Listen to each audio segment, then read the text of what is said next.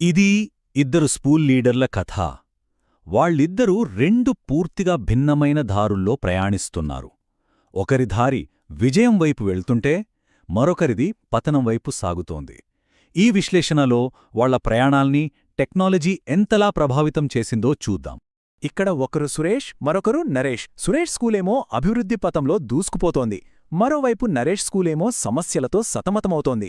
అసలు ఎందుకింత తేడా? ఒకరు సక్సెస్ అవడానికి, మరొకరు ఫెయిల్ అవడానికి కారణమేంటి? సరే, ఇప్పుడు లోతుగా చూడ్డాం. మొదట సక్సెస్ఫుల్ స్టోరీ చూద్దాం. సురేష్ తన స్కూల్ను ఎలా విజయవంతంగా నడుపుతున్నాడో, టెక్నాలజీని ఎలా వాడుకుంటున్నాడో తెలుసుకుందాం. ఇప్పుడు ఈ స్లైడ్లో చాలా ఆసక్తికరమైన విషయం ఉంది. సురేష్ ఏఐని కేవలం ఫీజులు, అటెండెన్స్ ట్రాక్ చేయడానికి మాత్రమే వాడటం లేదు. ఉదాహరణకి ఉపాధ్యాయుల పనితీరు అనే పాయింట్ తీసుకుందాం. ఏఐ అంటే కేవలం రేటింగ్ ఇవ్వడం కాదు. అది ఏం చేస్తోందంటే అన్ని సెక్షన్ల పరీక్షా ఫలితాలను విశ్లేషించి ఓకే, ఫలానా గణిత సిద్ధాంతంతో విద్యార్థులు ఇబ్బంది పడుతున్నారని గుర్తిస్తుంది. అప్పుడు సురేష్కేం తెలుస్తుంది? ఆ టీచర్కి ఆ టాపిక్ మీద ఇంకాస్త ట్రైనింగ్ ఇవ్వాలని. అది కదా అసలు పాయింట్. కాబట్టి సురేష్ ఫాలో అయ్యే ప్రాథమిక సూత్రం ఇదే అనమాట. ఏదో అవుతుందిలే అని ఊహించడం కాదు, డేటా ఏం చెబుతుందో చూసి వాస్తవాల ఆధారంగా నిర్ణయాలు తీసుకోవడం. సింపుల్గా చెప్పాలంటే గుడ్డిగా వెళ్లడం కాకుండా కళ్లతో చూసి ముందుకు వెళ్లడం లాంటిది. ఇది ప్రాక్టికల్గా ఎలా వర్కౌట్ అవుతుందో చూడండి. ఏఐ సిస్టమ్ ఒక క్లాస్లో అటెండెన్స్ పడిపోతోందని గమనించింది. ఇమ్మీడియట్గా సురేష్ మొబైల్కి ఒక అలర్ట్. అంతే, ఆయన వెంటనే స్పందించి కారణమేంటో కనుక్కొని పేరెంట్స్తో మాట్లాడతారు. చూడండి, ప్రాబ్లం గుర్తించడం నుంచి యాక్షన్ తీసుకోవడం వరకు అంతా ఎంత వేగంగా జరిగిపోయిందో. ఈ ప్రోయాక్టివ్ విధానం వల్ల వచ్చే రిజల్ట్ అద్భుతంగా ఉంటుంది. సమస్యలు చిన్నగా ఉన్నప్పుడే పరిష్కారమైపోతాయి. దీంతో పేరెంట్స్కి స్కూల్ మీద నమ్మకం పెరుగుతుంది. టీచర్స్కి కూడా అరే, మనకు సపోర్ట్ ఉంది అనే భరోసా కలుగుతుంది. సరే, ఇప్పుడు కాయిన్కి మరోవైపు చూద్దాం. సురేష్ ఆధునిక సిస్టంకి పూర్తి ఆపోజిట్లో ఉన్న నరేష్ స్కూల్లో పరిస్థితి ఎలా ఉందో ఒక్కసారి పరిశీలిద్దాం. నరేష్ గారు ఇప్పటికీ పాత పద్ధతులనే నమ్ముకున్నారు. అటెండెన్స్ కోసం పేపర్ రిజిస్టర్లు, ఇన్ఫర్మేషన్ కోసం ఫిజికల్ ఫైల్స్, ఒకరినుంచి ఒకరికి మాటల ద్వారా అందే రిపోర్ట్స్. వీటిలో ఎన్ని లోపాలుంటాయో మనకు తెలిసిందే. ఒక్క క్షణం ఆలోచించండి. ఇలాంటి సిస్టంలో పైకి కనిపించని నిజాలెన్నుంటాయో. అసలు నరేష్కి తెలియకుండా ఏమేం జరిగిపోతుండొచ్చు? నిజం చెప్పాలంటే నరేష్ స్కూల్ని దాదాపు చీకట్లో నడుపుతున్నారు. ఉదాహరణకి లాస్ట్ క్వార్టర్లో 30% ఫీజులు ఇంకా రాలేదన్న విషయం ఆయనకు తెలీదు.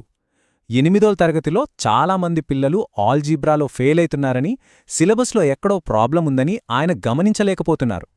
కొత్తగా చేరిన సైన్స్ టీచర్ వర్క్ ప్రెషర్తో రిజైన్ చేసే స్టేజ్లో ఉన్నారని కూడా ఆయనకు తెలీదు.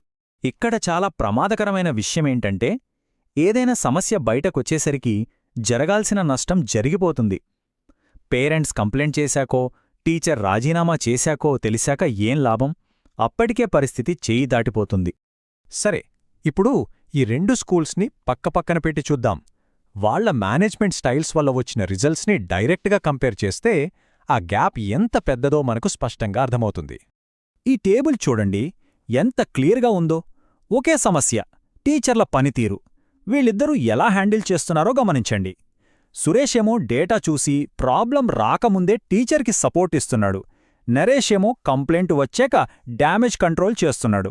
ఫలితం? సురేష్ దగ్గర టీచర్లు హ్యాపీగా ఉంటున్నారు, నరేష్ దగ్గర మానేసి వెళ్ళిపోతున్నారు. ఏ స్కూల్కైనా పేరెంట్స్ నమ్మకం చాలా ముఖ్యం. ఈ చార్ట్ చూస్తే మనకు క్లియర్గా తెలుస్తుంది. సురేష్ స్కూల్ మీద పేరెంట్స్కి నమ్మకం చాలా ఎక్కువగా ఉంది, దాదాపు 75%. అదే నరేష్ స్కూల్ విషయంలో ఆ నమ్మకం క్రమంగా తగ్గిపోతోంది. ఇక ఫైనల్గా బాటమ్ లైన్ రిజల్ట్, కొత్త అడ్మిషన్లు. ఈ బార్ చార్ట్ మొత్తం కథను చెప్పేస్తుంది. సురేష్ స్కూల్ గ్రీన్ బార్ చూడండి, అడ్మిషన్లు పెరుగుతూ పోతున్నాయి. నరేష్ స్కూల్ రెడ్ బార్ తగ్గిపోతున్నాయి. ఒకటి ఎదుగుతోంది, మరొకటి పతనమవుతోంది. ఇంతకంటే రుజువు ఏం కావాలి?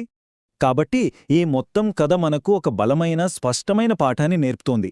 ఈ కంపారిజన్ నుంచి మనం తీసుకోవాల్సిన అసలు నీతి ఏంటి? ఈ ఒక్క వాక్యం మొత్తం కథకు సారాంశమని చెప్పొచ్చు. ఈ రోజుల్లో స్కూల్ మేనేజ్మెంట్లో ఏఐని వాడటం అనేది ఒక ఆప్షన్ కాదు, అది ఎదుగుదలకు, మనుగడకు అవసరం. ఇది కేవలం ఒక టూల్ కాదు, సర్వైవల్ కిట్ లాంటిది.